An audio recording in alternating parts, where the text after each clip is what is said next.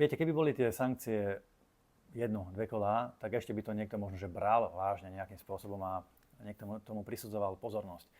Teraz, keď je to kolo sankcií, tuším už 19., tak ľudia to už aj prestávajú počítať. Rovnako to tak prestávajú počítať už aj Rusi, lebo to bere každý ako nejaký folklór, ktorý sa každoročne v pravidelných cykloch opakuje a vždy sa vymyslia nejaké nové sankcie. Naposledy to boli nejaké parfémy alebo drevené hračky, zápalky a podobné drobnosti. Je to len politické nejaké gesto, politické teátro, ktorým chce Únia ukázať, že teda nejakým spôsobom bojuje proti tomu zlému Rusku. Jediné sankcie, ktoré sú podľa mňa naozaj, že stoja za diskusiu, sú tie, ktoré sú uvalené na energonosiče, na uhlovodíky, to znamená na ropu a plyn z Ruska. A tie považujem za mega škodlivé pre európsku ekonomiku. V nemeckom priemysle napríklad majú teraz obrovské problémy chemické továrne, chemické fabriky, ktoré reálne krachujú a zatvárajú sa kvôli nedostatku ropy, lacnej ropy z východu.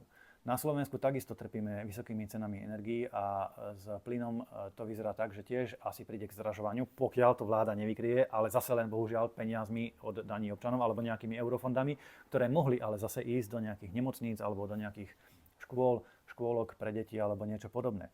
Čiže to nie je cesta dopredu. Keď niekto hovorí, že dokážeme nahradiť ruský plyn plynom zo západu, tak áno, technicky snáď to možné aj je. Otázka je za akú cenu a či ho bude dosť.